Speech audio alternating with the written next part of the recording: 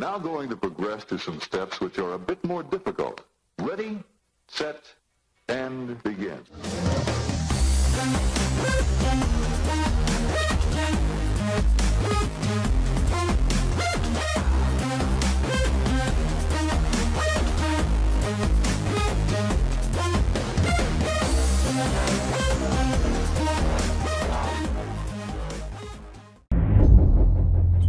It's important to understand what the 5G is doing and what they say it's doing. We're told on the ACTlVE beamforming document that this technology cooked your eyes like eggs in World War II.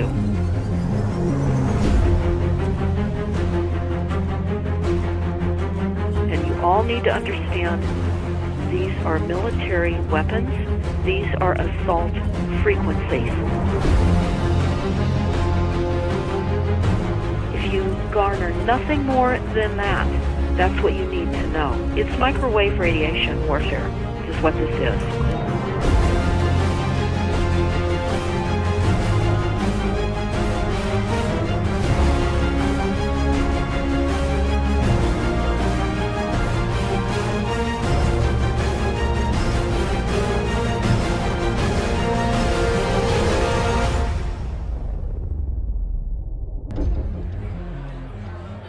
Ladies and gentlemen, please join me in welcoming to the National Press Club Federal Communications Commission Chairman Tom Wheeler.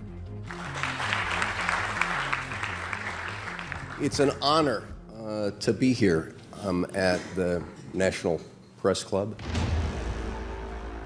The first generation wireless, 1G, was voice. The second generation, 2G, allowed both talk and text. The third generation, 3G, the internet, in a limited way. And today's technology, 4G, completed that digital migration. But if anyone tells you that they know the details of what 5G is going to become, run the other way. This video is brought to you by the number 5 and the letter G. And pretty soon, everything else will be too. You must consider the whole part played by electricity in nature.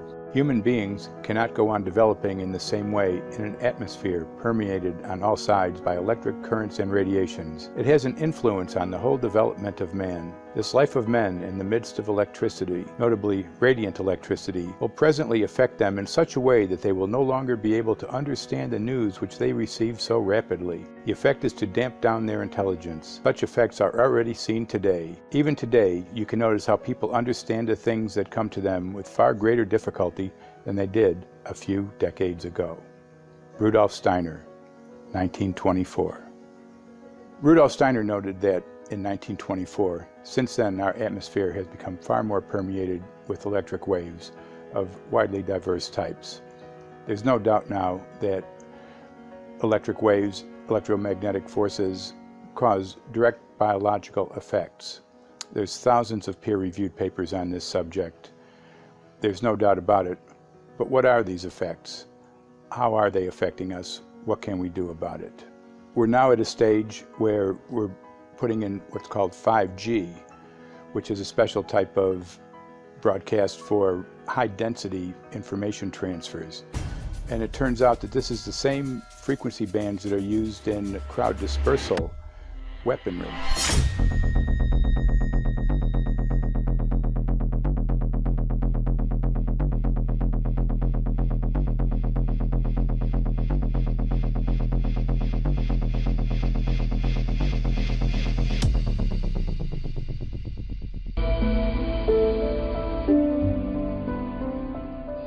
Well, I joined the Royal Navy in 1960, and I specialised in microwave warfare.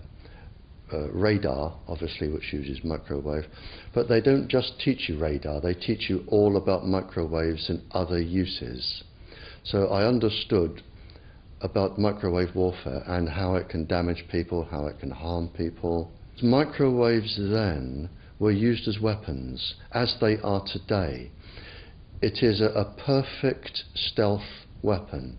And when governments don't like a group of people, for instance, the ladies who protest at Greenham Common in England about the American missile base they camped, they were microwaved. We microwaved Catholics in Northern Ireland to make them sick.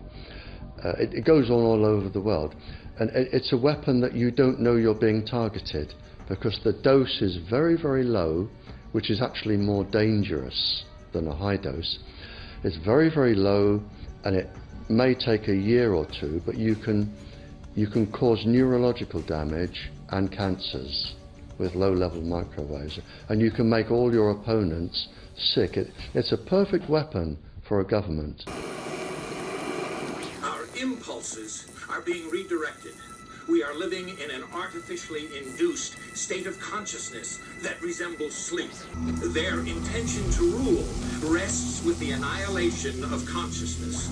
We have been lulled into a trance. They have made us indifferent to ourselves, to others. We are focused only on our own gain. Please understand, they are safe as long as they are not discovered. Keep us asleep, keep us selfish, keep us sedated. Yes, 5G will connect the Internet of everything. If something can be connected, it will be connected in a 5G world. Hundreds of billions of microchips connected in products from pill bottles to plant waterers, requiring massive deployment of small cells. We won't wait for the standards. Now, to make this work, the 5G build-out is going to be very infrastructure intensive. We must reject the notion that the 5G future will be the sole provenance of urban areas. The 5G revolution will touch all corners, and that's damn important. The interconnected world of the future will be the result of decisions we must make today.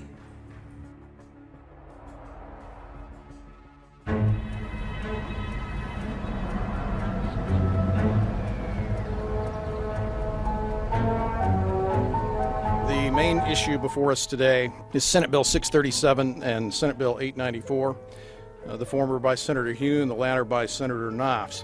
We're going to invite the first four witnesses in support of the legislation, and that would be John Jones with Sprint, David Lewis and Andy Emerson with AT&T, Neil Krevda with Verizon, and Frank Iacovetti Jr. with T-Mobile. So be straight with me. Is it true? It could be. No, well, very no few cases. Proof there at was all. an unfortunate really a incident out in situation. Iowa. Look, gentlemen, practice these words in front of the mirror. Although we are constantly exploring the subject, currently there is no direct evidence that links cell phone usage to brain cancer.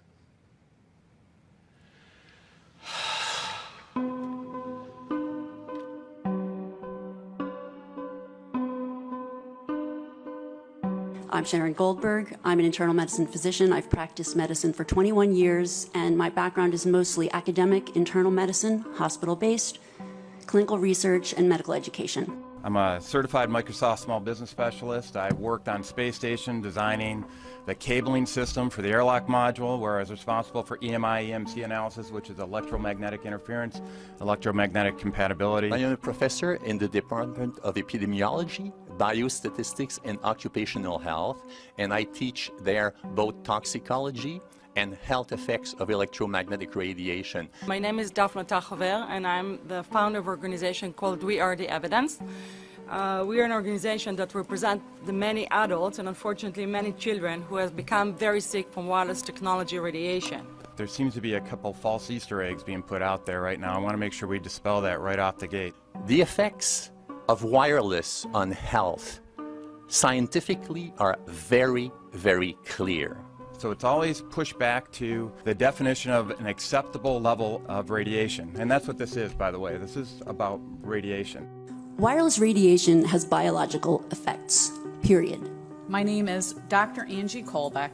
I've been reviewing the studies showing the impacts of wireless radiation on our health, and there are now thousands of studies showing the following adverse health impacts to wireless radiation: cancer, oxidative damage, DNA failure. Things like memory, dizziness, anxiety, brain fog. Headaches, nosebleeds, cognitive problem, exhaustion. We have evidence of DNA damage, cardiomyopathy, which is the precursor of congestive heart failure. Short and long-term memory loss, decreased attention spans, lower reaction times, even involuntary contractions of muscles causing misalignments of spines and jaws. Breast cancer. We suddenly have breast cancer in women who have no DNA predisposition.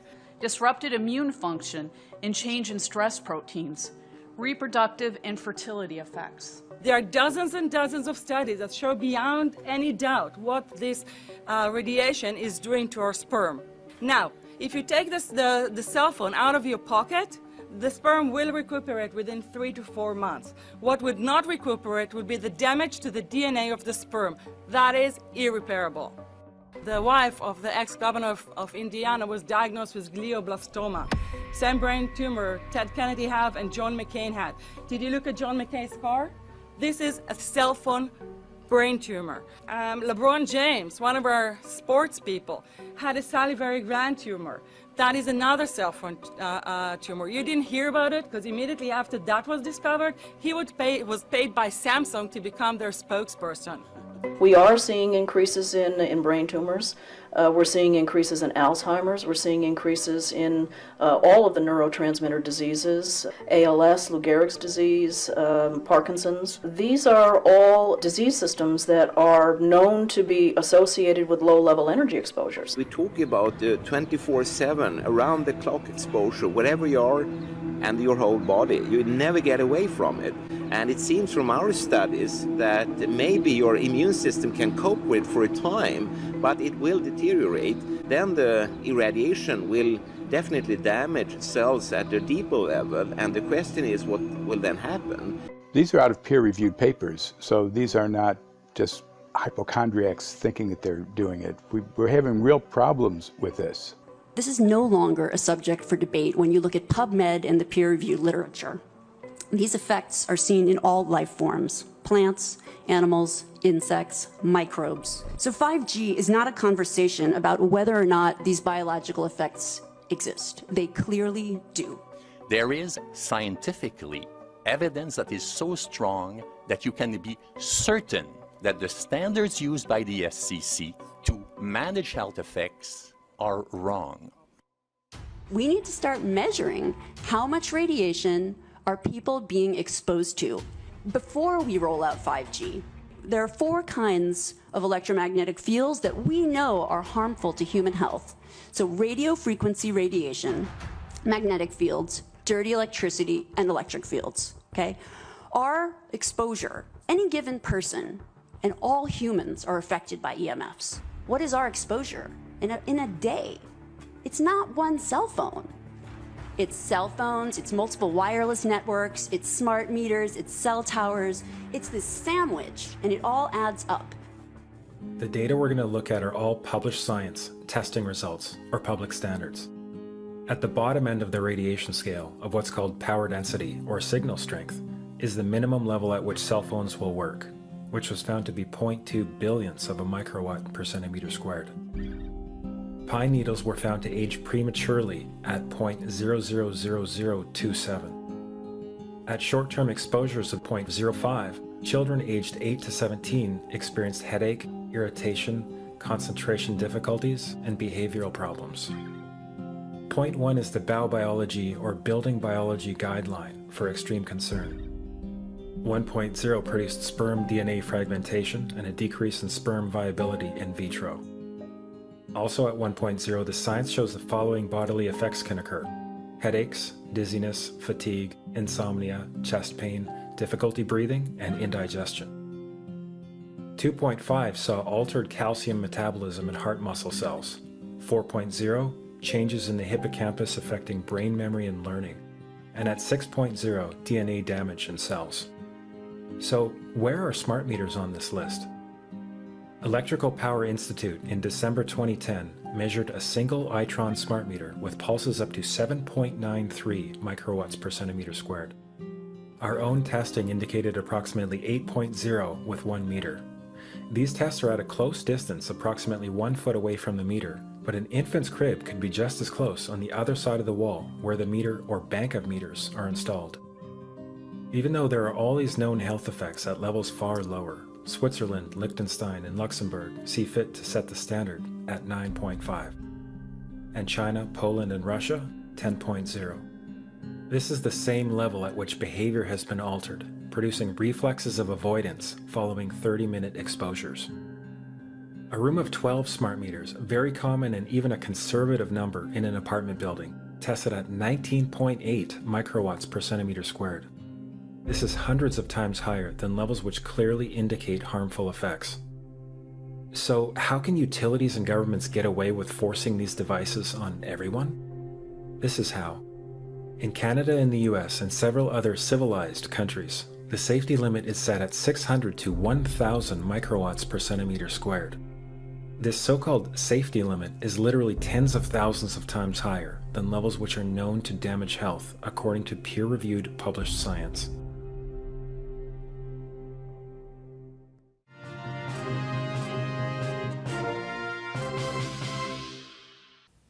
Faster, better, more reliable internet. That's the promise of 5G technology, but there is also the peril. Health hazards associated with radio frequency that is higher also and requires more transmitters and antennas. The film you're about to see has no characters.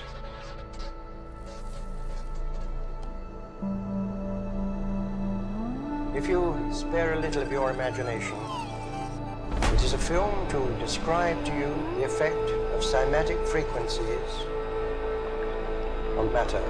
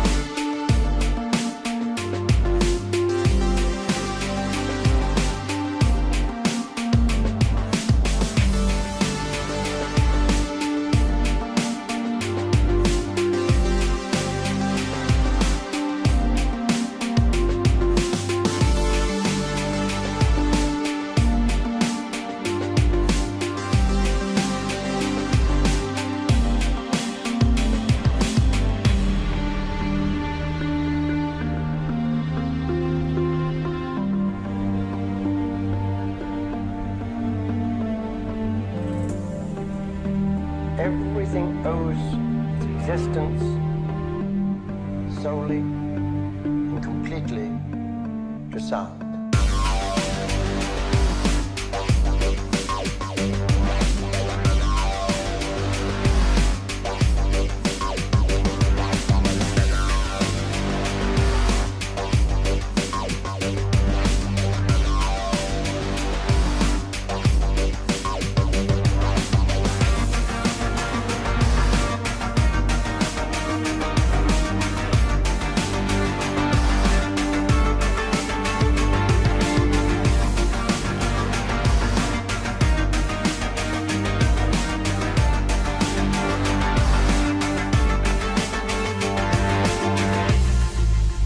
But if anyone tells you that they know the details of what 5G is going to become, run the other way.